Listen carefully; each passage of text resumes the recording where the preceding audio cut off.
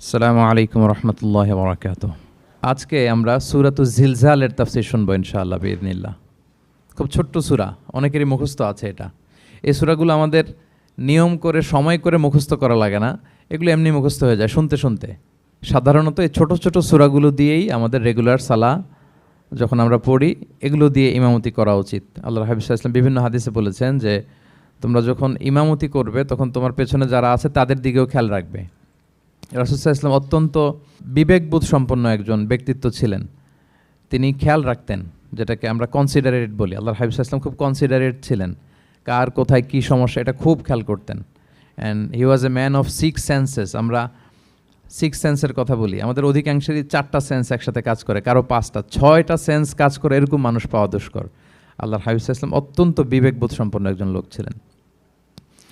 একবার তিনি সালাত খুব সংক্ষিপ্ত করলেন, তো সাহাবারা জিজ্ঞেস করলেন, ইয়া রাসূলুল্লাহ এত সংক্ষিপ্ত কেন করলেন সালাত? তখন আল্লাহর হাবিব সাল্লাল্লাহু আলাইহি ওয়াসাল্লাম বললেন যে পেছনে বোনদের নামাজের সেকশনে ওখান থেকে একটা ছোট্ট বাচ্চার কান্নার আওয়াজ আমি শুনছিলাম। আমার মনে হচ্ছিল বাচ্চাটাকে সামলাতে মাটার খুব কষ্ট হচ্ছে, তো এই জন্য আমি সালাতটা সংক্ষিপ্ত করে দিয়েছি। দেখেন কীরকম সেন্সেশন, কতটা কনসিডারেট ছিলেন। একবার আবার আল্লাহর হাবিব সাল্লাল্লাহু আলাইহি ওয়াসাল্লাম মাগরিবের সালাত কিংবা এশার সালাতের কোনো এক সেজদা অনেক লম্বা করে দিলেন। তখন সাহাবার আবার প্রশ্ন করলেন, ইয়া রাসূলুল্লাহ সাল্লাল্লাহু আলাইহি ওয়াসাল্লাম এত লম্বা দীর্ঘ সেজদা করতে তো ফরজ সালাতে আমরা কখনো দেখি না, কেন করলেন? অসুস্থ হলেন নাকি নামাজের মাঝখানে, অথবা ওহী নাজিল হচ্ছিল নাকি, এরকম কিছু ঘটলো নাকি? তো আল্লাহর হাবিব সাল্লাল্লাহু আলাইহি ওয়াসাল্লাম বললেন যে না, এগুলো কিছুই না, বরং আমার নাতি হাসান আমি সেজদারত অবস্থায় আমার পিঠের উপরে চড়ে বসেছিল, কাঁধের উপরে। তো আমি অপেক্ষা করছিলাম যতক্ষণ না তার খেলা শেষ না হয়, তার প্রয়োজন পূরণ না হয়, ততক্ষণ আমি সেজদায় লুটিয়ে পড়েছিলাম। হাসান যখন নেমেছে, তার প্রয়োজন পূরণ হয়েছে, আমি আবার সেজদা থেকে উঠে দাঁড়িয়েছি। দেখেন কতটা কনসিডারেট ছিলেন। তো এইভাবে আল্লাহর হাবিব সাল্লাল্লাহু আলাইহি ওয়াসাল্লাম ছোট ছোট সূরাগুলো দিয়ে ফরজ সালাতের ইমামতি করতে উদ্বুদ্ধ করতেন। মুআয ইবনে জাবাল রাদিয়াল্লাহু তাআলা আনহুকে উনি মদিনার পাশেই একটা এলাকার ইমাম হিসেবে অ্যাসাইন করেছিলেন। তো ওই এলাকার লোকজন ছিল শ্রমজীবী, ওট দিয়ে তারা পানি নিয়ে খেজুর বাগানে পানি সিঞ্চন করত। সারাদিন পরিশ্রম করে ওনারা সালাতে অংশগ্রহণ করত। তো একবার উনি মাগরিবের সালাতে সূরাতুল বাকারা তেলাওয়াত শুরু করলেন। কোরআনের সবচাইতে ছোট সূরা নাকি সবচাইতে বড় সূরা, 286 আয়াত বিশিষ্ট সূরা। তো ওনারা ছিলেন ক্লান্ত, শ্রান্ত, পরিশ্রান্ত। কেউ কেউ বিরক্ত হয়ে ক্লান্ত হয়ে নামাজ ছেড়ে দিয়ে একা একা নামাজ পড়ে ফেললেন। পরে আল্লাহর হাবিব সাল্লাল্লাহু আলাইহি ওয়াসাল্লামের কাছে যে তারা অভিযোগ করলেন যে ইয়া রাসূলুল্লাহ আপনি যে ইমাম পাঠিয়েছেন উনি তো এমন কাজ করেছে, সূরা বাকারা উনি ধরেছে মাগরিবের সালাতে। রাসূল সাল্লাল্লাহু আলাইহি ওয়াসাল্লাম খুবই ক্ষিপ্ত হলেন, রাগান্বিত হলেন এবং মুআয ইবনে জাবাল রাদিয়াল্লাহু তাআলা আনহুকে ডেকে পাঠালেন। ডেকে তিনি বললেন, আফাত্তানুন আনতা ইয়া মুআয। লিটারালি ফাত্তান শব্দটা ব্যবহার করেছেন যে মুআয তুমি কি সমাজে ফিতনা ছড়াচ্ছ? তোমাকে পাঠালাম ইমাম হিসেবে, সেখানে তালিম দিবে, তারবিয়া দিবে, ঐক্য ধরে রাখবে, তুমি কি ফিতনা ছড়াচ্ছ সমাজে? তুমি কি ওয়াদ-দুহা ওয়াল-লাইলি ইযা সাজা এরকম সূরাগুলো পারো না? সাব্বিহ ইসমা রাব্বিকাল আ'লা এগুলো তোমার মুখস্থ নাই? ওয়াশ-শামসি ওয়া-দুহাহা এগুলো তোমার জানা নেই? তুমি এত লম্বা সূরা কেন ধরলে মাগরিবের সালাতে? তো তখন তিনি বললেন, যখন তুমি সালাতে ইমামতি করবে ফরজ সালাতে, তখন ছোট ছোট সূরা পড়বে, কেননা তোমার পেছনে অসুস্থ থাকতে পারে, তারপর বয়স্ক কোনো লোক থাকতে পারে, অথবা মুসাফির মসজিদের পাশ দিয়ে সফর করতেছিল, ভাবলো জামাত চলতেছে জামাতটা ধরি, ঢুকেই যদি দেখে যে আপনি সূরা বাকারা তেলাওয়াত করতেছেন, তো তার জন্য তো কঠিন হয়ে যাবে কোপ আপ করা, কন্টিনিউ করা। তো এই জন্য ছোটো ছোটো সূরাগুলো আল্লাহর হাবিব সাল্লাল্লাহু আলাইহি ওয়াসাল্লাম পড়তে আমাদেরকে উৎসাহিত করেছেন ফরজ সালাতের, যখন আমরা ইমামতি করব। তো এইরকম একটি সূরা হচ্ছে সূরাতুজ জিলজাল, এটা আমাদের প্রায় সকলেরই মুখস্থ। তো আমরা আসুন প্রথমে আমরা সরল বঙ্গানুবাদ শুনি এই সূরাটার, তারপর এই সূরা থেকে কিছু রিফ্লেকশন আমরা শেয়ার করার চেষ্টা করব ইনশাআল্লাহ বিইذনিল্লাহ। আমি শুরুতে সূরাটার সরল বঙ্গানুবাদ আপনাদের সাথে শেয়ার করছি। আউযু বিল্লাহি মিনাশ শাইতানির রাজিম। বিতাড়িত শয়তান থেকে মহান আল্লাহ তাআলার কাছে পানাহ চাচ্ছি। বিসমিল্লাহির রহমানির রহিম। পরম করুণাময় অসীম দয়ালু আল্লাহ তাআলার নামে শুরু করছি। ইযা জুলজিলাতিল আরদু জিলজালাহা যখন পৃথিবীকে ভয়ঙ্করভাবে প্রকম্পিত করা হবে। ওয়া আখরাজাতিল আরদু আথকালাহা আর পৃথিবী তার ভেতরে থাকা সব ভারী বস্তুগুলোকে উদ্গীরণ করে দিবে, বের করে দিবে। ওয়াকাল আল ইনসানু মা লাহা, আর মানুষ বলবে এই পৃথিবীর কি হলো। ইয়াউমা ইদিন তুহাদ্দিসু আখবারাহা, সেদিন পৃথিবী তার সব খবর বলে দিবে। বিআন্না রাব্বাকা আওহা লাহা, কারণ তার রবই তাকে এমনটি করতে আদেশ করেছেন বা প্রত্যাদেশ দিয়েছেন। ইয়াউমা ইদিন ইয়াসদুরুন নাসু আশতাতান লিয়ারাউ আ'মালাহুম, সেদিন মানুষগুলো দলে দলে বের হবে যাতে করে তাদের আমলনামা তাদের কাছে পেশ করা যায়। ফামান ইয়া'মাল মিসকালা যাররাতিন খায়রান ইয়ারাহ, যে ব্যক্তি অনুপরিমাণ ভালো কাজ করেছে সেটা সে দেখতে পাবে। ওমান ইয়া'মাল মিসকালা যাররাতিন শাররান ইয়ারাহ, আর যে ব্যক্তি অনুপরিমাণ মন্দ কাজ করেছে, কোনো খারাপ কাজ করেছে, সেটাও সেদিন দেখতে পাবে। সাদাকাল্লাহুল আযীম। এই হচ্ছে সূরাতুজ জিলজালের সংক্ষিপ্ত বঙ্গানুবাদ। এবার আসুন এই সূরা থেকে কিছু রিফ্লেকশন, কিছু তাফসির আমরা শেয়ার করি। প্রিয় ভাইয়েরা, এই সূরাটা নাজিলের একটা প্রেক্ষাপট আছে। সাহাবাদের মধ্যে একটা ধারণা জন্মেছিল যে আমরা যদি খুব ছোট ছোট ভালো কাজ করি এইটা বোধহয় সওয়াব হবে না, বা মিজানের পাল্লা এটা তেমন একটা রেকগনাইজ করা হবে না। অথবা অনেক সাহাবাদের মধ্যে এরকম ধারণা ছিল যে আমরা খুব সামান্য সামান্য ছোট খারাপ কাজ করলে এটার হয়তো ওইরকম পাপ হবে না বা শাস্তি হবে না। তো ওনাদের মনে যখন এরকম একটা ধারণা তৈরি হলো, তখন আল্লাহ তাআলা এই সূরাটা নাজিল করেছেন। বিশেষ করে এই সূরার শেষের 2 আয়াত, যেখানে আল্লাহ তাআলা বলছেন ফামান ইয়া'মাল মিসকালা যাররাতিন খায়রান ইয়ারা, যে না, তোমরা ছোট্ট ভালো করলে সেটাও দেখতে পাবা সেদিন তোমাদের আমলনামাতে। ওমান ইয়া'মাল মিসকালা যাররাতিন শাররান ইয়ারা, এবং ছোট্ট খারাপ কাজ করলে সেটাও তোমরা তোমাদের আমলনামায় দেখতে পাবে। তো সাহাবাদের এই চিন্তা, এই ধারণাটাকে ভুল প্রমাণ করবার জন্য, তারা যে ভুল ধারণা করছেন এটা বোঝাবার জন্য, জানাবার জন্যই আল্লাহ তাআলা বেসিকলি সূরাতুজ জিলজাল তিনি নাজিল করেন। এই সূরাটি কোরআনের ধারাক্রম অনুসারে 99তম সূরা। কোরআনের যে ধারাক্রম, সূরা ফাতিহা দিয়ে শুরু, তারপরে বাকারা, তারপর আলে ইমরান, সেই ধারাবাহিকতায় এটা কত নম্বর সূরা? 99 নম্বর সূরা। এবং সূরাটি মাদানী সূরা। কি সূরা? আমরা জানি কোরআনের সূরাগুলো 2 ভাগে বিভক্ত, কোনোটা মক্কায়, কোনোটা মদিনায় নাজিল হয়েছে। যেটা মক্কায় নাজিল হয়েছে সেটা মাক্কি, যেটা মদিনায় নাজিল হয়েছে সেটা মাদানী। তো জিলজাল হচ্ছে মাদানী সূরা। এই সূরার আয়াত সংখ্যা হচ্ছে 8। আয়াত সংখ্যা কত? 8। আল্লাহর হাবিব সাল্লাল্লাহু আলাইহি ওয়াসাল্লাম এই সূরাটাকে একটা কম্প্রিহেন্সিভ সূরা বলেছেন। জামে মানে সূরা, খুবই কম্প্রিহেন্সিভ। কম্প্রিহেন্সিভ মানে হচ্ছে ভেরি প্রিসাইজ ইন ওয়ার্ডিং, শব্দ কম, কথা কম, কিন্তু এটার আবেদন, এটার এক্সপ্লেনেশন অনেক বেশি, এরকম একটি সূরা। ছোট্ট অল্প কয়েকটি আয়াত দিয়ে সূরাটা আল্লাহ তাআলা নাজিল করেছেন, কিন্তু এটার আবেদন অনেক বেশি। এক বয়স্ক সাহাবী এসে আল্লাহর হাবিব সাল্লাল্লাহু আলাইহি ওয়াসাল্লামকে বলল, ইয়া রাসূলুল্লাহ, আপনি আমাকে কোরআনের একটা সূরা শিক্ষা দেন, কোন সূরা পড়ব? তো আল্লাহর হাবিব সাল্লাল্লাহু আলাইহি ওয়াসাল্লাম বললেন, যাওয়াতুর র, মানে আলিফ লাম র দিয়ে যে সূরাগুলো আছে এগুলো পড়ো। তো এই সাহাবী বলল, ইয়া রাসূলুল্লাহ, আমার বয়স বেশি, আমার জিহ্বা ভারী হয়ে গেছে, আমি এত বড় সূরা পারবো না, অন্য কিছু বলেন। তো আল্লাহর হাবিব সাল্লাল্লাহু আলাইহি ওয়াসাল্লাম বললেন, তাহলে যাওয়াতু হামিম, হামিম দিয়ে যে সূরাগুলো শুরু হয়েছে কোরআনে সেগুলো পড়ো। বলতেছে, ইয়া রাসূলুল্লাহ, এটাও পারবো না, আরও সহজ করে দেন। তো তখন আল্লাহর হাবিব সাল্লাল্লাহু আলাইহি ওয়াসাল্লাম বললেন, তাহলে আল মুসাব্বিহাত, মানে সাব্বাহা ইউসাব্বিহু দিয়ে যেই সূরাগুলো শুরু হয়েছে তুমি এগুলো পড়ো। ওই সাহাবী বলে, এটাও কঠিন হয়ে যায় আমার জন্য। তখন আল্লাহর হাবিব সাল্লাল্লাহু আলাইহি ওয়াসাল্লাম বললেন যে, তাহলে কি চাও? বলতেছে, আমাকে একটা জামে মানে সূরা শিক্ষা দেন, মানে এমন একটা কম্প্রিহেন্সিভ সূরা শিক্ষা দেন যে এটা শিখলে আমার হেদায়েতের জন্য যথেষ্ট হয়ে যাবে। তখন আল্লাহর হাবিব সাল্লাল্লাহু আলাইহি ওয়াসাল্লাম বললেন, তাহলে তুমি পড়ো ইযা যুলজিলাতিল আরদু জিলজালাহা ওয়া আখরাজাতিল আরদু আথকালাহা ওয়া ক্বালাল ইনসানু মা লাহা। তুমি সূরাতুল জিলজাল তেলাওয়াত করো। তখন থেকেই সাহাবী এই সূরাতুল জিলজাল তেলাওয়াত আরম্ভ করলেন। উনি বললেন যে আমি আর বেশি কিছু পড়ব, শুধু এটাই পড়ব। সাহাবাদের মধ্যে অনেকের এরকম খুব সহজ সরল মানসিকতা ছিল। তো উনি বললেন যে এটাই পড়ব। তো রাসূল সাল্লাল্লাহু আলাইহি ওয়াসাল্লাম বললেন যে কোনো সফল ব্যক্তিকে যদি কেউ দেখতে চায় তাহলে এর দিকে তাকাও, দেখো কত সহজ সরল, কত চমৎকারভাবে সে এই বার্তাটা গ্রহণ করেছে যে আমি জীবনে শুধু এটাই পড়ব। তো সূরাতুল জিলজাল হচ্ছে একটা কম্প্রিহেন্সিভ সূরা, সূরাতুন জামিআ। এটা হচ্ছে সূরার একটা ফজিলত, এটা আমরা জানলাম। আবার আল্লাহর হাবিব সাল্লাল্লাহু আলাইহি ওয়াসাল্লাম এই সূরাকে কোরআনের অর্ধেক বলেছেন। আল্লাহর হাবিব সাল্লাল্লাহু আলাইহি ওয়াসাল্লাম ইরশাদ করেছেন, ইযা যুলজিলাতিল আরদু তা'দিলু নিসফাল কোরআন। সূরাতুল জিলজাল এটা কোরআনের অর্ধেক, কোরআনের অর্ধেক। আপনারা এরকম শুনেছেন যে সূরা ফাতিহাকে বলা হয় কোরআনের অর্ধেক, তারপর সূরাতুল ইখলাসকে বলা হয় সুলুসুল কোরআন, কোরআনের 1/3। তো এটার অর্ধেক বলার কারণ হচ্ছে কোরআনে অর্ধেক বলা হয়েছে দুনিয়ার কথা, অর্ধেক বলা হয়েছে আখিরাতের কথা, পরজগতের কথা, লাইফ আফটার ডেথের কথা। তো যেহেতু এই সূরাটা আখিরাতকে কাভার করে, তাই সেজন্য কেমন যেন এই সূরাটা পুরো কোরআনের অর্ধেক। আল্লাহ তাআলা আমাদেরকে, আমরা যখন আল্লাহর কাছে কল্যাণ কামনা করি, আল্লাহ বলেছেন এইভাবে বলো, রব্বানা আতিনা ফিদ দুনিয়া হাসানা ওয়া ফিল আখিরাতি হাসানা ওয়া কিনা আযাবান্নার। হে আল্লাহ, আপনি দুনিয়ার কল্যাণ আমাদেরকে দান করেন, পরজগতের কল্যাণ দান করেন, আমাদেরকে আগুনের শাস্তি থেকে রক্ষা করেন। তাহলে দুনিয়া আখিরাত দুইটার কম্বিনেশনে। সো সূরা জিলজাল যেহেতু আখিরাতকে কাভার করে, তাহলে এটা কোরআনের অর্ধেক। এটা কি কোরআনের অর্ধেক? তা'দিলু নিসফাল কোরআন। সূরাতুজ জিলজাল তা'দিলু নিসফাল কোরআন, এটা কোরআনের অর্ধেক।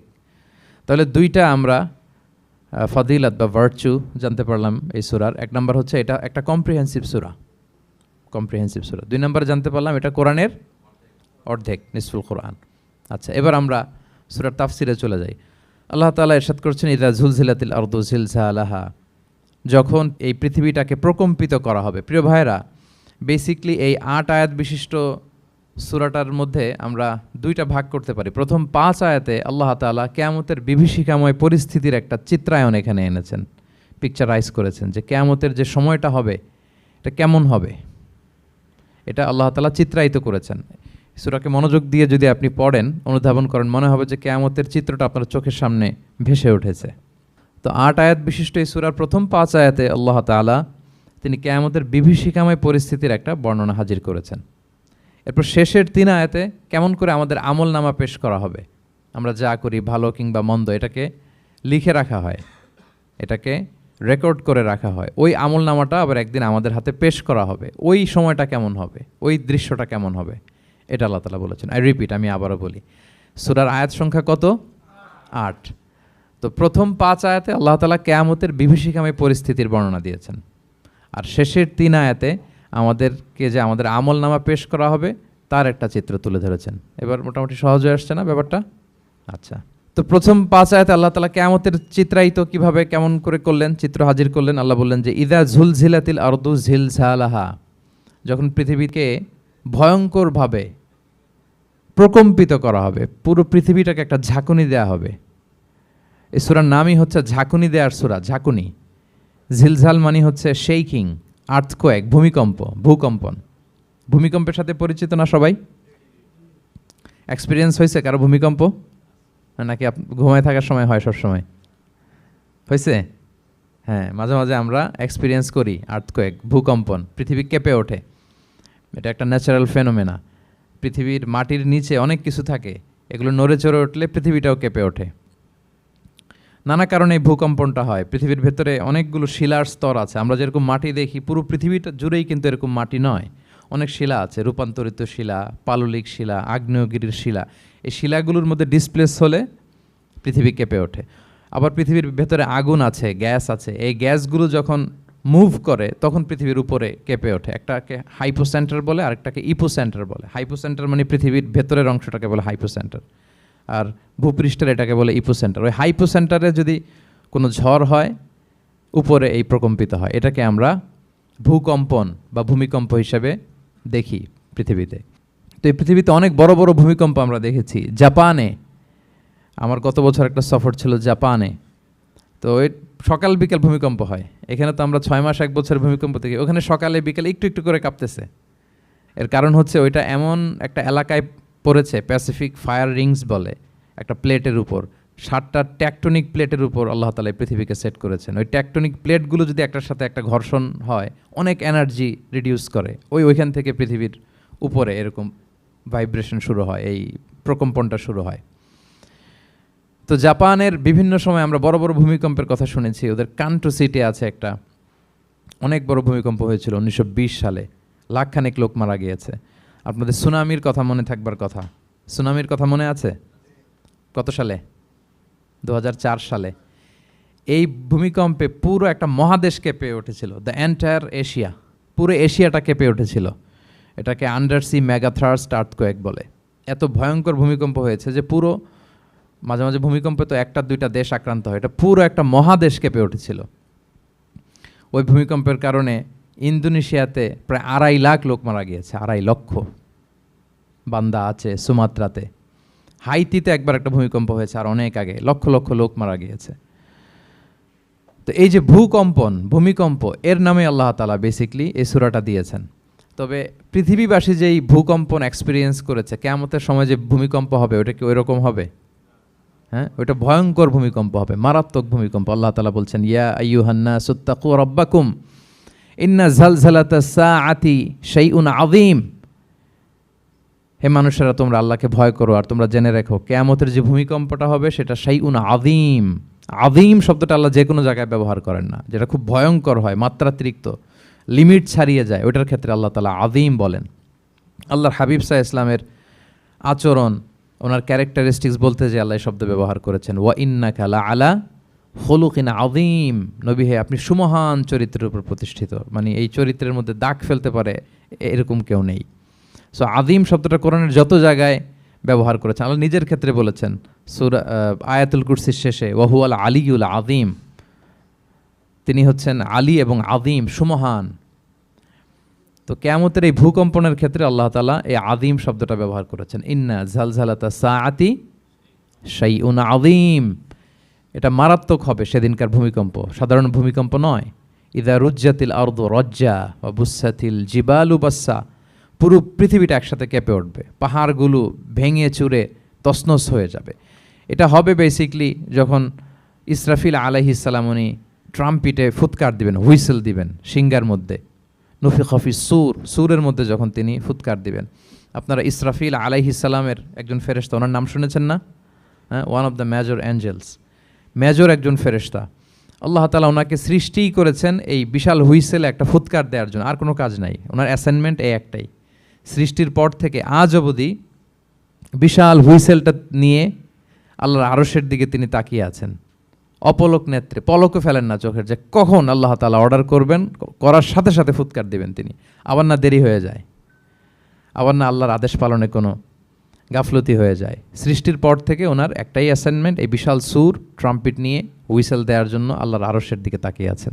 যে মুহূর্তে আমরা এখন কথা শুনছি, এখনও তাকিয়ে আছেন উনি। 3টা ফুৎকার দেওয়ার জন্য আল্লাহ তাআলা ওনাকে সৃষ্টি করেছেন। প্রথম ফুৎকারটাকে বলে নাফখাতুল ফাজা, যে ফুৎকারের সাথে সাথে মানুষগুলো তটস্থ হয়ে যাবে, পৃথিবীর মানুষ তটস্থ হয়ে যাবে। যখন তটস্থ হবে তখন কি অবস্থা হবে সেটাই আল্লাহ তাআলা এই সূরার প্রথম আয়াতে বললেন, যে ইদা জুলজিলাতিল আরদু জিলজালাহা, যখন পুরো পৃথিবীকে প্রকম্পিত করা হবে মারাত্মকভাবে। ইসরাফিল আলাইহিস সালাম প্রথম যে ফুৎকারটা দিবেন তখন পুরো পৃথিবী কেঁপে উঠবে, মারাত্মকভাবে কেঁপে উঠবে। তারপরের যে ফুৎকার দিবেন তখন সব মরে যাবে, আমরা পৃথিবীতে কেউই বেঁচে থাকবো না। তখন মানুষ মরে যাবে, জিন জাতি মরে যাবে, সমস্ত ফেরেশতারাও মরে যাবে। যেই ফেরেশতা মালাকুল মাউত, যিনি মৃত্যুর ফেরেশতা, যার মাধ্যমে আল্লাহ তাআলা মৃত্যু ঘটিয়ে থাকেন, তারও মৃত্যু ঘটবে। সে আল্লাহ তাআলার কাছে বলবে, আল্লাহ, পৃথিবীর সবাই মরেছে, আপনার আদেশ অনুযায়ী মানুষ, জিন, ইবলিস সবাইকে আমি মৃত্যু দিয়েছি, তাদের রূহ কবজ করেছি, এখন কি হবে? আল্লাহ তাআলা বলবেন, এখন তুমি মরবে, মুতিয়া মালাকুল মাউত, এখন তুমি মরো। মালাকুল মাউত তখন মারা যাবে। এত ভয়ঙ্কর একটা চিৎকার দিয়ে মালাকুল মাউত জগৎ থেকে বিদায় নিবে। আল্লাহর হাবিব সাল্লাল্লাহু আলাইহি ওয়াসাল্লাম বলেন, ওই ভয়ঙ্কর চিৎকার যদি পৃথিবীবাসী শুনতে পেত তাহলে আলাদা করে ইসরাফিলের সিঙ্গার ফুৎকার দেওয়ার প্রয়োজন হতো না। প্রতিটা মানুষ তাদের কানের পর্দা ফেটে মুহূর্তেই লাশ হয়ে পড়ে যেত। মালাকুল মাউত মরে যাবে, তখন মহাবিশ্বে আর কেউ থাকবে না একটা সত্তা ছাড়া। তিনি কে?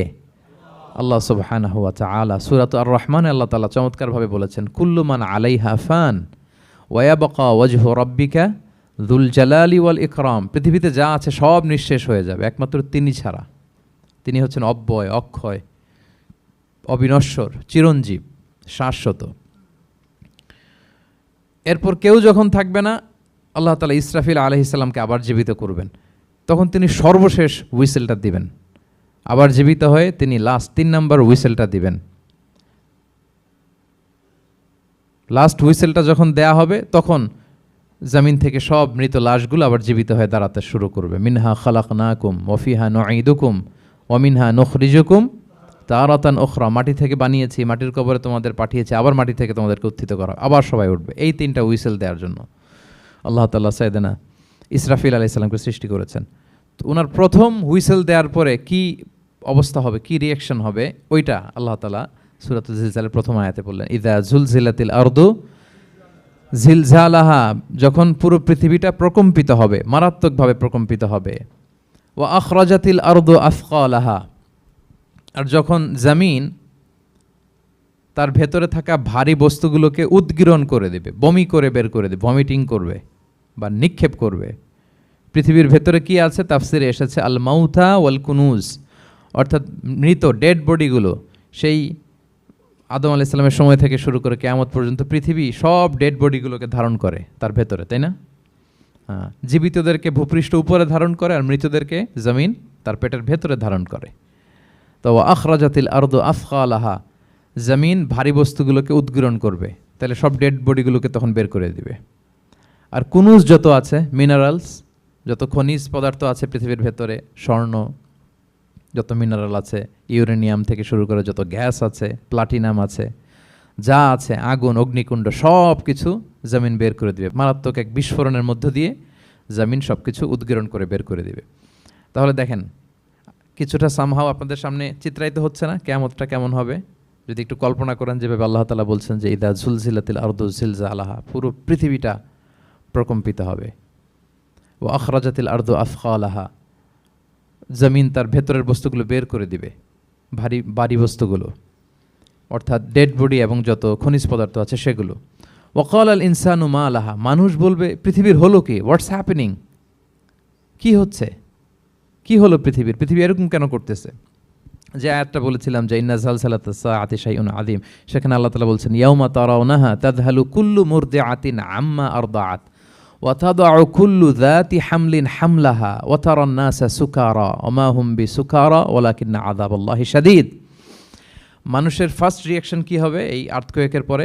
এই আয়াতে চমৎকারভাবে আল্লাহ তাআলা বলছেন। আল্লাহ বলছেন যে পরিস্থিতিটা এত ভয়ঙ্কর হবে, কারণ এরকম ভূকম্পন তো পৃথিবীবাসী দেখেনি।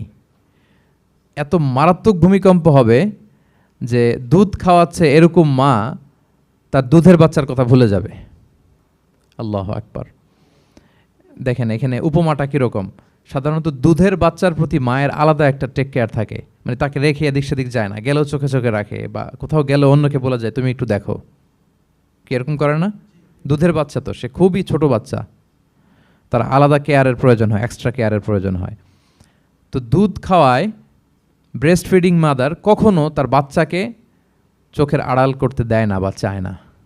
আল্লাহ বললেন যে তখন পরিস্থিতি এত ভয়ানক হবে যে নিজের দুধের বাচ্চার কথাই মা ভুলে যাবে।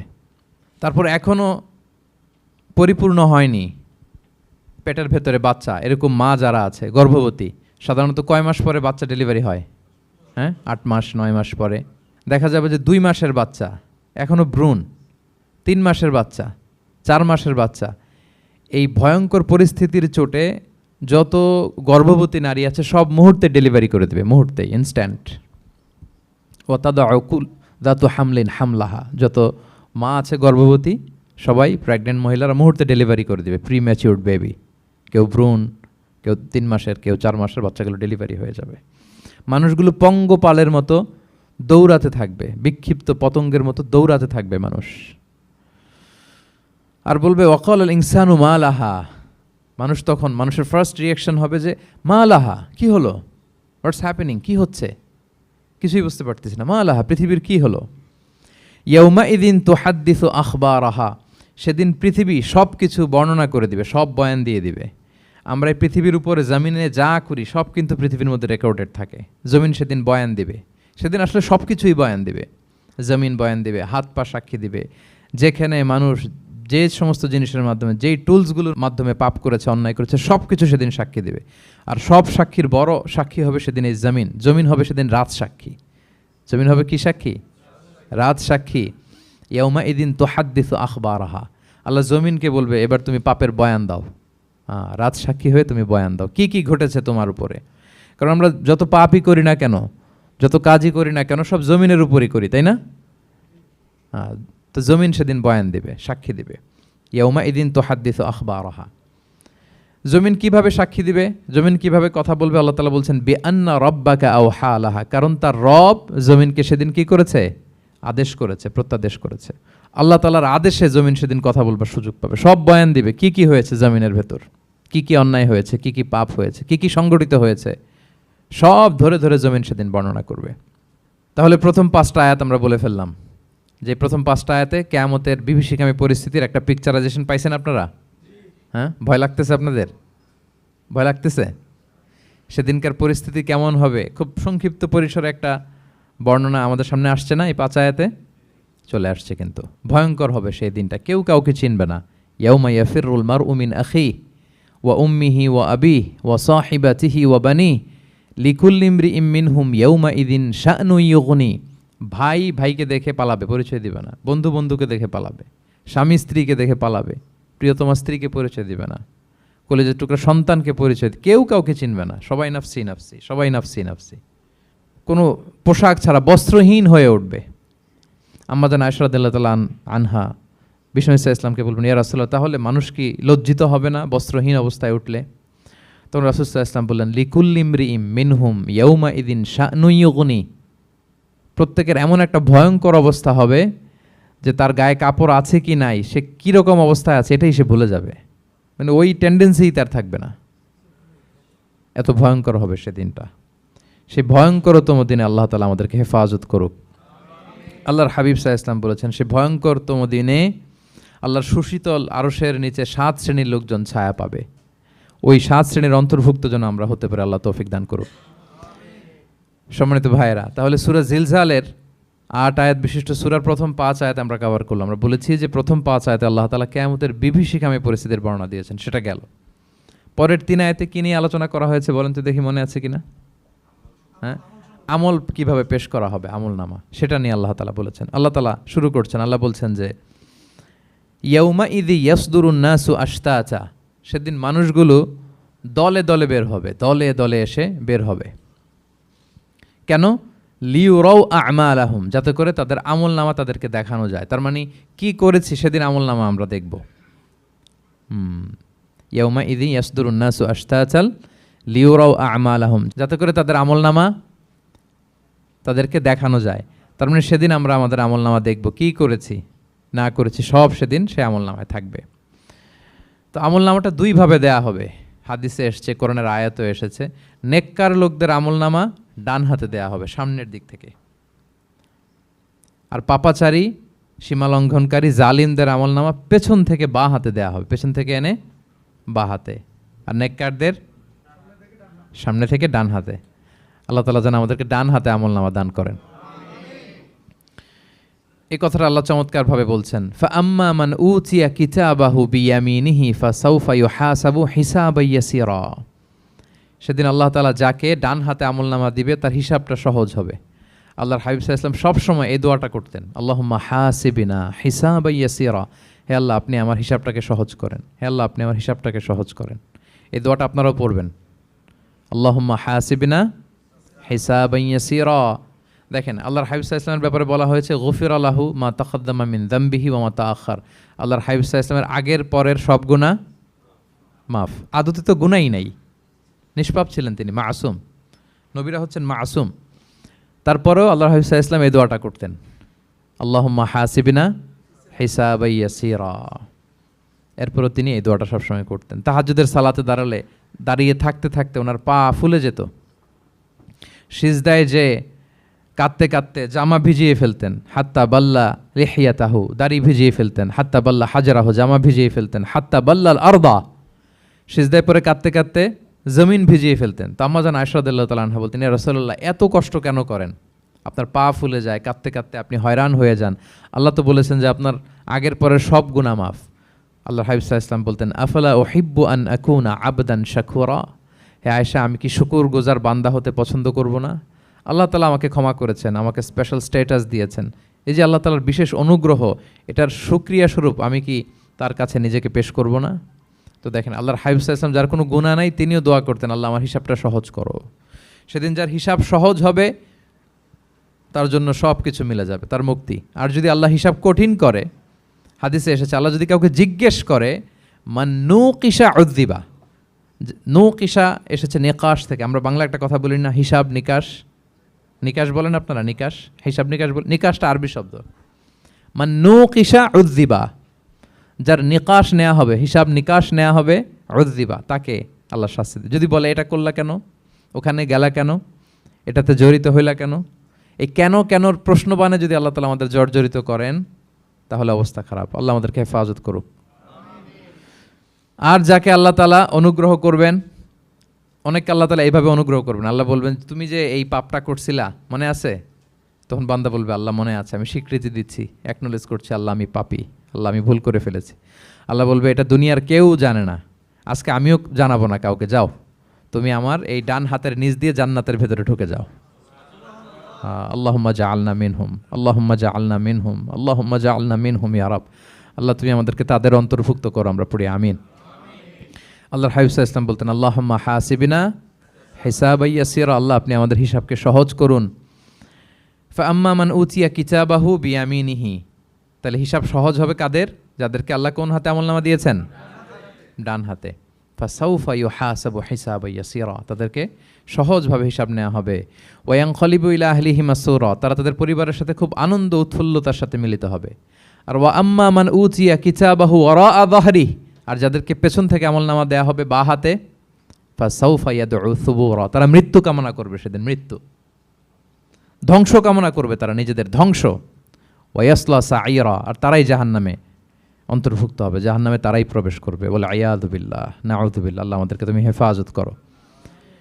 তাহলে আমলনামার পর্বটা কেমন হবে? আল্লাহ বলছেন ইয়াউমা ইযি ইয়াসদুরুন নাসু আশতাত, দলে দলে মানুষ উঠবে, কবর থেকে আসবে, লিউরাউ আমালাহুম, যাতে করে তাদের আমলনামা তাদেরকে দেখানো হয়। আর আমলনামা কারো আসবে সামনে থেকে ডান হাতে, কারো আসবে, আমরা যেন ডান হাতে পাই নাকি? এই ফরিয়াদ, এই প্রার্থনা আমরা আল্লাহর কাছে করি। এবার আমলনামা পেয়ে গেলাম আমরা সবাই হাতে, এবার আল্লাহ তাআলা আমাদেরকে বলবেন তোমরাই একটু পড়ো তোমাদের আমলনামা। ইকরা ইকরা কিতাবাকা কাফা বিনাফসিকা আল-ইয়াউমা আলাইকা হাসিবা, পড়ো তোমার আমলনামা, হিসেবের জন্য তুমিই যথেষ্ট আজকে। ধরেন আজকে আপনার গণিত পরীক্ষা গেছে, ধরেন অঙ্ক পরীক্ষার পরে যার খুব কনফিডেন্স ভালো, ভালো গণিত জানে, সে আসলে আগে থেকেই জানে যে আমি 100তে 100, তার একটা নিজের হিসেব নিকেশ আছে না নাকি? হ্যাঁ। আর ধরেন যে যার গণিত মিলে নাই, পরীক্ষা ভালো হয় নাই, যে হচ্ছে খুব খারাপ ছাত্র, একেবারে লাড্ডু গুড্ডু মেরে আসছে, ও নিজেও জানে এটার ফল প্রকাশের জন্য এত ওয়েট করা লাগে না, তার একটা হিসাব নিকেশ আগে থেকে জানা আছে যে আমার দিয়ে তো কিছু হবে না, আমার অন্য চিন্তা করতে হবে। ফলাফল রেজাল্ট আসে নাই, কিন্তু সে নিজেও জানে যে সে 00 পাবে। আর যে গণিতে খুব ভালো, হ্যাঁ, সব তার গণিত মিলে গেছে, রেজাল্টের আগে থেকেই সে জানে যে আমার 100 থেকে 100 কেউ এটা থামাতে পারবে না। তো আমরা আসলে কে কি করেছি, আমাদের কি আমলনামা, সেদিন তো আমরা পাবো, কিন্তু তার আগে আমাদের নিজেদেরও একটা বন্দোবস্ত, হিসেব নিকেশ, বোঝাপড়া আছে না নাই বলেন? আমরা জানি আমরা কে কি করেছি আমরা জানি। আল্লাহ নিজেদেরকে তখন দায়িত্ব দিয়ে বলবেন ইকরা কিতাবাকা কাফা বিনাফসিকা আল-ইয়াউমা আলাইকা হাসিবা, পড়ো তোমার আমলনামা, ইকরা পড়ো। এবার তুমি মার্কিং করো, তোমাকে আমি মার্কিং করার আগে তুমি একটু করো দেখি তুমি কি করেছো, তুমি একটু মার্কিং করো। তো আমলনামা পাওয়ার পরে আমাদের যে প্রতিক্রিয়া হবে সেটা আল্লাহ কোরআনে তুলে ধরেছেন। আল্লাহ তাআলা বলছেন যে মানুষ বলবে মালি হাযাল কিতাবি লা ইউগাদিরু সগীরাতান ওয়ালা কাবীরাতান ইল্লা আহসাহা, এটা কেমন আমলনামা, ছোট বড় কোনো কিছু মিসিং হয় না এখানে। আল্লাহু আকবার, কিছু মিস হয় নাই। অনেক কিছু আপনারও মনে নাই, কিন্তু দেখার পরে মনে হবে। ধরেন ঠিক এই মুহূর্তে গত বছর রমাদানের এই দিনে আমরা কোথায় ইফতারি করছিলাম, হুট করে জিজ্ঞেস করলে আমি বলতে পারবো? বলতে পারবেন আপনি? কিন্তু হিসাব কেউ মিলাই দিলে তখন মনে করবে ও তাই তো, আমি তো ওই সময় এটা করছি, ওই সময় তো ওইখানে ছিল। আমলনামা দেখে মানুষের ফার্স্ট রিয়াকশন হবে মালি হাযাল কিতাবি লা ইউগাদিরু সগীরাতান ওয়ালা কাবীরাতান ইল্লা আহসাহা, এটা কেমন আমলনামা, সব মিলে যাচ্ছে, তাই তো, এমনটাই তো করেছি আমি। সগীরাতান ওয়ালা কাবীরা, ছোট বড় তুচ্ছ নগণ্য সব আল্লাহ তাআলা তুলে ধরেছেন সেখানে, সব আমলনামায় তুলে ধরেছেন। মুমিনরা তো আমলনামা পেয়ে মহা খুশি, তাদের চেহারা হবে সেদিন উজ্জ্বল, প্রফুল্ল, প্রস্ফুটিত। উজুহু ইয়াউমাইযিন মুসফিরা দাহিকাতুম মুস্তাবশিরা, উজ্জ্বল থাকবে তাদের চেহারা। আর আরেক দলের চেহারা, যাদের আমলনামা বা হাতে দেয়া হয়েছে, তারা চিৎকার করবে, তারা নিজেদের ধ্বংস কামনা করবে, মৃত্যু কামনা করবে, তারা বাঁচার জন্য মুমিনদের কাতারে ঢুকে যেতে চাইবে। আল্লাহ তাআলা বলবেন না, আজকে ঢোকার সুযোগ নাই। ওয়ামতাজুল ইয়াউমা আইয়ুহাল মুজরিমুন, পাপীদেরকে আজকে আলাদা করে ফেলো। সীমাহুম ফি উজুহিহিম মিন আসারিস সুজুদ, তাদের চেহারার মধ্যে সিজদার দাগ দেখে ফেরেশতারা জান্নাতীদেরকে আলাদা করবেন, জাহান্নামীদেরকে আলাদা করবেন। এবার যখন বলা হবে আমলনামা পড়ো, তোমাদের কোনো মন্তব্য আছে কিনা, তারা অস্বীকার করবে। শুরুতে বাঁচার জন্য কি করবে? দুনিয়াতে যেরকম হয়, সুপ্রিম কোর্টে দাঁড়িয়ে কাঠগড়ায় দাঁড়িয়ে যেটা করে মানুষ, বাঁচার সর্বশেষ চেষ্টাটা করে, অস্বীকার করে, মিথ্যা বলে, বলে না? তো সেদিনও মানুষ অস্বীকার করবে, তারা বলবে আল্লাহ এটা আমি করি নাই। কি বলবে? করি নাই। তা আল্লাহ তাআলা কি প্রমাণ করে দিতে পারবেন যে তারাই এটা করেছে? হ্যাঁ, এত এত ফ্যাক্টর অথেন্টিকেশন আল্লাহর কাছে থাকবে যে মানুষ অবাক হয়ে যাবে। আমরা যে মোবাইলে 3 ফ্যাক্টর 4 ফ্যাক্টর অথেন্টিকেশন দেই না, হ্যাঁ, আল্লাহর কাছে এরকম অনেকগুলো ফ্যাক্টর অথেন্টিকেশন থাকবে। আল্লাহ তাআলা প্রমাণ করে ছাড়বেন যেটা তুমিই করেছো। আল্লাহ তাআলা বলবেন এই আমলনামা যদি বিশ্বাস না হয়, আমার কিরামান কাতিবিনের কাছে একটা ব্যাকআপ ফাইল আছে, ওটার সাথে মিলাবো। কিরামান কাতিবিনা ইয়ালামুনা মা তাফআলুন, তোমরা যা করেছো সব তারা জানে, সব লিখে রেখেছে। কিরামান কাতিবিনের ব্যাকআপ ফাইল আনার পরে দেখা যাবে যে আমলনামা হুবহু একেবারে পাই টু পাই মিলে গিয়েছে। তারপরও তারা অস্বীকার করবে, বলবে যে আল্লাহ আমরা করি নাই, তোমার ফেরেশতারা ভুল করে লিখছে। এরকম নানা ধরনের অজুহাত, নানা ধরনের মিথ্যাচার তারা করতে চাইবে। আল্লাহ তাআলা তখন বলবেন যে ওয়াকুল্লা ইনসানিন আলজামনাহু তাইরাহু ফি উনুকিহি ওয়া নুখরিজু লাহু ইয়াউমাল কিয়ামাতি কিতাবান ইয়ালকাহু মানশুরা। আমাদের এই যে গ্রীবা লগ্নে আমরা যা করি সব কিছুর একটা ব্যাকআপ ফাইল আছে এখানে। সেদিন আল্লাহ তাআলা সেখান থেকে বের করবেন আমাদের আমলনামা। আল্লাহু আকবার। এই যে আমরা যা বলি এখানে রেকর্ড হয়ে যায়, এই জায়গাটাতে, এই গলার এইখানটাতে আল্লাহ রেকর্ড করে রাখেন। এবং সেদিন এখান থেকে আল্লাহ তাআলা একটা প্রিন্ট আউট বের করে দেখাবেন যে এই দেখো তোমার আমলনামা, কেরামান কাতিবিনের আমলনামা ব্যাকআপ ফাইল, এই যে তোমার এখানে গ্রীবালগ্নে আমি যেটা রেখেছি সেভ করে, এটাও মিলে যাচ্ছে। এরপর মানুষ অনেকে বিশ্বাস করবে না। ফিঙ্গারপ্রিন্ট দিয়ে আল্লাহ তাআলা মিলাবেন। দুনিয়াতে আমরা বায়োমেট্রিক অথেন্টিকেশন করি না, এটা আয়াহসাবুল ইনসানু আল্লাহ নাজমা ইযামা বালা কাদিরিনা আলা আন নুসাউইয়া বানানা। কারো ফিঙ্গারপ্রিন্টের সাথে কারোটা মিলে না, অস্বীকার করার কোনো সুযোগ থাকবে? এরপরেও অনেকে বিশ্বাস করবে না, এরপরও অনেকে মানতে চাইবে না। আল্লাহ তাআলা আজবুজ জানাব থেকে আরেকটা কপি বের করবেন। আমাদের প্রত্যেকের ব্যাকবোনের নিচে কক্সিক্স আছে, ট্রায়াঙ্গেল, ছোট্ট একটা হাড্ডির কণা, আমাদের যে শিরদাঁড়ার একেবারে নিচে, এটাকে হাদিসের ভাষায় বলে আজবুজ জানাব। ইন্নাফিল ইনসানি আযমান, মানুষের দেহে একটা ছোট্ট হাড্ডি কণিকা আছে, লা তাআকুলুহুল আরদু আবাদা, জমিন কখনো ওই হাড্ডি কণিকা খেতে পারে না। অমিনহা ইউরাক্কাবুল খালকু ইয়াউমাল কিয়ামা, কিয়ামতের দিন সেখান থেকে সৃষ্টিকে আবার তোলা হবে। সেটার সাথে আল্লাহ তাআলা মিলাবেন, সেখান থেকেও প্রমাণিত হবে। এরপর আল্লাহ তাআলা ভিডিও রেকর্ড দেখাবেন। ওয়াকুল্লা শাইইন আহসাইনাহু ফি ইমামিম মুবিন নামক ভিডিও রেকর্ডার দিয়ে, তখন আপনি সরাসরি দেখবেন যে এই তো আপনি ওই জায়গায় গিয়েছেন, এই তো আপনি পাপ কাজ করেছেন, এই তো আপনি অন্যায় কাজ করেছেন, এই তো আপনি জুলুম করেছেন, এই তো সীমালঙ্ঘন করেছেন, সব কিছু আপনি একেবারে ভিজুয়াল প্রেজেন্টেশন, আর অস্বীকার করার কোনো সুযোগ থাকবে না। তারপরেও যারা অস্বীকার করবে যে আল্লাহ আমি করি নাই, আল্লাহ বলেন আলিয়াউমা নাখতিমু আলা আফওয়াহিহিম ওয়া তুকাল্লিমুনা আইদিহিম ওয়া তাশহাদু আরজুলুহুম বিমা কানু ইয়াকসিবুন। সেদিন তার মুখকে আমি সিলগালা করে দেব, আর সুযোগ দেওয়া হবে না। অনেক অস্বীকার করেছো, তার হাত সাক্ষী দিবে, তার পা সাক্ষী দিবে। সেদিন আল্লাহ তাআলা প্রমাণ করেই ছাড়বেন যে এই পাপ তুমি করেছো। তাহলে আমলনামা কিভাবে আল্লাহ দিবেন? আল্লাহ বলেন ইয়াউমা ইযি ইয়াসদুরুন নাসু আশতাতা, দলে দলে আসবে, লিউরাউ আমালাহুম, যাতে করে তাদেরকে আমলনামা দেখানো হয়।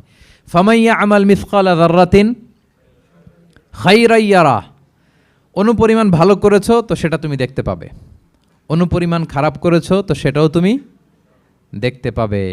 যাররা মানে হচ্ছে অণু, অ্যাটম, বস্তুর ক্ষুদ্রতম একক, একেবারে অণুর কথা আল্লাহ তাআলা বলেন যে একেবারে ছোট্ট কাজ সেটাও তুমি দেখতে পাবে, ছোট্ট খারাপ কাজ সেটাও দেখতে পাবে। আমরা অনেক সময় ছোটোখাটো জিনিসগুলোকে গুরুত্ব দেই না।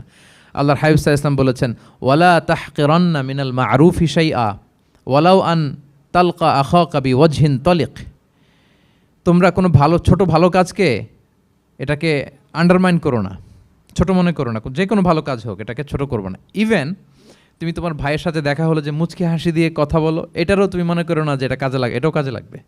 এটাও সেদিন মিজানের পাল্লায় তোমার নাজাতের বড় মেজর একটা ওসিলা হয়ে যেতে পারে। আপনি যে আপনার ভাইয়ের সাথে মুচকি হাসি দিয়ে কথা বলেন, এটা সাদাকার সওয়াব হয়। Your smile to your brother it's a charity, তাবাসসুমুকা ফি ওয়াজহি আখিকা সাদাকা, দেখলেন সালাম দিলেন, একটা মুচকি হাসি, এটা সাদাকা দেয়ার সওয়াব। সুবহানাল্লাহ, এটাও সেদিন কাজে লেগে যাবে। সো ফামাইয়া আমাল মিসকালা যাররাতিন খাইরান ইয়ারা ওয়া মাইয়া আমাল মিসকালা যাররাতিন শাররান ইয়ারা, ছোট্ট ভালো কাজ যদি করো সেটাও দেখবে, ছোট্ট খারাপ কাজ যদি করো সেটাও দেখতে পাবে। যত ছোট ভালো কাজ করেন, রাস্তায় একটা ধরেন যে কলার ছোলা পড়েছিল, ভাবলেন যে এইটা সরাই দেয় একটু, আমি ইমাতাতুল আদা আনিত তরিক হবে, মানুষ পিছলে পড়লে পা ভাঙবে, তো এই ময়লাটা একটু সরাই দিলেন। কলার একটা ছোলা পড়েছিল, খোসা এটা ফেলে দিচ্ছেন, দেখবেন যে ওই দিন এটাও রেজিস্টার করা আছে, এটাও লেখা। একজনকে মুরব্বী একজন আসছে, আপনার বসার সিট ছিল, ওনার সিট ছিল না, উঠে দাঁড়িয়ে তাকে বসার সুযোগ করে দিয়েছে, ওই দিন দেখবেন যে এটাও লেখা, এটার জন্য অনেক সওয়াব রেজিস্ট্রেশন করা আছে। একজন রাস্তা দিয়ে যাচ্ছিল, জিজ্ঞেস করতেছে ভাই যে এই জালান অমুকটা কোথায়, তো আপনি বলে দিলেন যে জালান গুম্বাকটা তো এইদিকে, তো সে আপনার কারণে ওই দিন সঠিক পথে যেতে পারলো। আপনার কাছে মনে হয়েছে ছোট্ট ফিউ সেকেন্ডসের একটা নেক কাজ, কিন্তু সেদিন দেখবেন আমল নামায় সেটাও লেখা। আবার এরকম ছোট্ট ফামাইয়া আমাল মিসকালা যাররাতিন শার, ছোট্ট আপনি একটা গালি দিয়েছেন কাউকে, কারোর ব্যাপারে, এর ব্যাপারে ওর কাছে যে কান ভারী করছেন, ফেসবুকে একটা বাজে কমেন্ট করে দিয়েছেন, দেখার কেউ নাই, ধরার কেউ নাই, দিলাম একটা গালি, দেখবেন যে ওই দিন সব একেবারে ক্ষুদ্র থেকে ক্ষুদ্রতর অনুপরিমাণ খারাপ কাজ, ভালো কাজ সব সেদিন আমলনামায় তুলে রাখবে কে? আল্লাহ সুবহানাহু ওয়া তাআলা, তিনি সেদিন আমলনামায় সব তুলে রাখবেন। সো আমরা কোনো ভালো কাজকে যেন তুচ্ছ মনে না করি, কোনো খারাপ কাজের সাথে যেন জড়িত না হয়, যত ছোট হোক। শয়তানের ওয়াসওয়াসায়, প্রবৃত্তির ধোকায় পড়ে, নফসের ধোকায় পড়ে কখনোই যেন পাপের কাজে আমরা পা না বাড়াই, এবং প্রত্যেকটা পাপকেই যেন আমরা ভয়ঙ্কর মনে করি যে না, এটা আমার জন্য কাল হয়ে দাঁড়াতে পারে। আর প্রতিটা ভালো কাজ করার ক্ষেত্রে যেন আমরা প্রতিযোগিতা করি, আর এই মাইন্ডসেট যেন থাকে যে না, এটা আমাকে বাঁচাতে পারে সেদিন। কি বলেন, ঠিক কি না? তাহলে আল্লাহ তাআলা শেষ করলেন ফামাইয়া আমাল মিসকালা যাররাতিন খাইরান ইয়ারা। প্যাস লেগে যায় না? লেগে যায়, স্বাভাবিক। আগে খাইরান, পরে শাররান। অনুপরিমাণ ভালো করলে সেটাও সে সেদিন কি পাবে, অনুপরিমাণ খারাপ করলেও পাবে। দেখেন, এটা একটা আশা জায়গা নিয়েছে আমাদের, কিন্তু হোপফুল করে, তাই না? আমরা অনেক সময় এমন হয় যে ভালো কাজ করছি, কেউ দেখে নাই। হ্যাঁ, আপনি এই আয়াতটা খেয়াল করবেন যে না, কেউ দেখে নাই, কিন্তু দেখেছে কে? আল্লাহ দেখেছেন, উনি দেখলেই চলবে, আমার আমলনামা এটা ঠিকই থাকবে। কোনো এক কারণে সমাজের সবাই আপনাকে ভুল বুঝেছে, misunderstanding, everyone got you wrong, আসলে আপনি ঠিক ছিলেন। সবাই পরিস্থিতি, সামাজিক, এটা সেটা, এরকম হয় না যে সবাই ভুল বুঝতেছে, আসলে আপনি ঠিকই করছেন। সবাই ভুল বুঝুক, আপনার আমলনামায় সেটা ভালো কাজ হিসেবে লেখা থাকবে, ঠিক কি না? অনেক সময় ঠকায় লোকজন, আমাদেরকে ঠকায় নানাভাবে, আমরা হয়তো তার সাথে পেরে উঠি না। মাঝে মাঝে কিছু ভিডিও আমি দেখি, এই আপেল বিক্রি করতেছে, কি অদ্ভুত ব্যবসায়ী, তো দেখাচ্ছে খুব ভালো ভালো আপেল, আপনারা দেখেছেন কিনা জানি না। সে আবার ওই পলিথিনের ভেতরে পচা নষ্ট আপেলগুলোর কয়েকটা প্যাকেট করে রাখে, তো আপনি বেছে বেছে যেই ভালো আপেলে দিবেন সেটাই সে নিয়ে প্যাকেটে দিয়ে দিচ্ছে। মাপটাপ করার পরে আপনি যখন টাকা বের করতেছেন বা অন্যমনস্ক, হুট করে সে ওই পচা আপেলের ওইটা, আপনার একই পলিথিন, একই ওজনের তার একটা হিসাব থাকে, ওইটা ধরায় দিচ্ছে। তা আপনি কোত্থেকে আপেল কিনছেন, বাসা হয়তো অনেক, বাসায় যেয়ে দেখেন সর্বনাশ, কি টসটসে পাকা আপেলগুলো বেছে বেছে দিলাম, এখন দেখি পচা, তো ওরে তো আর পাবেন না, ওরে আর ধরাও হইল না। আপনি ভাবছেন হিসাবটা এখানেই শেষ? হ্যাঁ, এখানেই শেষ না, lot of unsettled issue yet to be settled. এরকম অনেক কিছু আছে দুনিয়াতে আপনি সেটেল করতে পারেন নাই, সেটেল হবে সেদিন। দ্য কনসেপ্ট অফ আখেরা যদি না থাকতো, this worldly life would be a joke. আখেরা বলে যদি কিছু না থাকতো, এই পৃথিবীটা আসলে একটা জোক ছিল, জোক। কেটে টুকরা টুকরা করে বস্তাবন্দি করে ফেলে রাখছে ডোবার মধ্যে, কেউ দেখে নাই, হদিস নাই, এটার সাক্ষীও পাওয়া, বিচারও হচ্ছে না। আর বিচারের যে দীর্ঘসূত্রিতা, আপনি ভাবছেন শেষ, এখানেই শেষ? Not that easy brother. একদিনে ঋণ তাকে শোধ করতে হবে। ফামাইয়া আমাল মিসকালা যাররাতিন খাইরান ইয়ারা ওমাইয়া আমাল মিসকালা যাররাতিন শাররান ইয়ারা। ছোট্ট ছোট্ট ভালো যেখানে আল্লাহ লিখে রাখবেন, এই বড় বড় লোক ঠকানো, জুলুম, অপরাধ, এগুলোর বিচার হবে না একদিন? বলেন, বিচার হবে। তাহলে কনসেপ্ট অফ আখেরা, এটা আমাদেরকে আশাবাদী করে। এই যে আমরা কেউ দাদা হারিয়েছি, বাবা হারিয়েছি, আমরা বিশ্বাসীরা আমরা হতাশ হই না, আমরা বিশ্বাস করি আমি তো আমার বাবাকে পাচ্ছি ওইখানে। তো ক্ষণিকের একটা সময়, দুনিয়ার জীবনটা কি ক্ষণিকের। দিস দুনিয়া কম্পেয়ার টু আখেরা ইজ নাথিং, অ্যাবসলিউটলি নাথিং। আখেরাতের তুলনায় এটা তো কিছুই না। আমার দাদাকে পাবো, বাবাকে পাবো, তার মানে আখেরা, কনসেপ্ট অফ আখেরা আমাদেরকে হোপফুল করে, আশাবাদী করে। দুনিয়াতে আমাকে ভুল বুঝেছে, মানুষ ঠকিয়েছে, আমি অনেক কিছুর বিচার পাই না, আমি সেদিন পাবো। তো আপনাকে হোপফুল করছে না, এটা আশাবাদী করছে না? আখেরাত আমাদেরকে কি করে? আশাবাদী করে।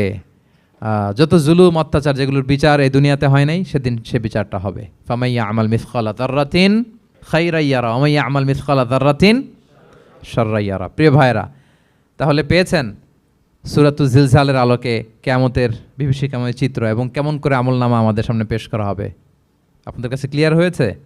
আল্লাহ তাআলা আমাদের সবাইকে ডান হাতে আমলনামা দিয়ে ধন্য করুক। আমরা যত নেক কাজ করেছি, ভালো কাজ করেছি, সবগুলোর বদলা, প্রতিদান, রিওয়ার্ড যেন আমরা সেদিন পাই। আল্লাহ তৌফিক দান করুক। আল্লাহ আমাদেরকে কোনো হিসাব ছাড়া বিনা হিসাবে জান্নাতে হিসেবে কবুল করুক। আল্লাহ তাআলা আমাদের সবাইকে কথাগুলো বোঝা আর আমল করার তৌফিক দান করুক।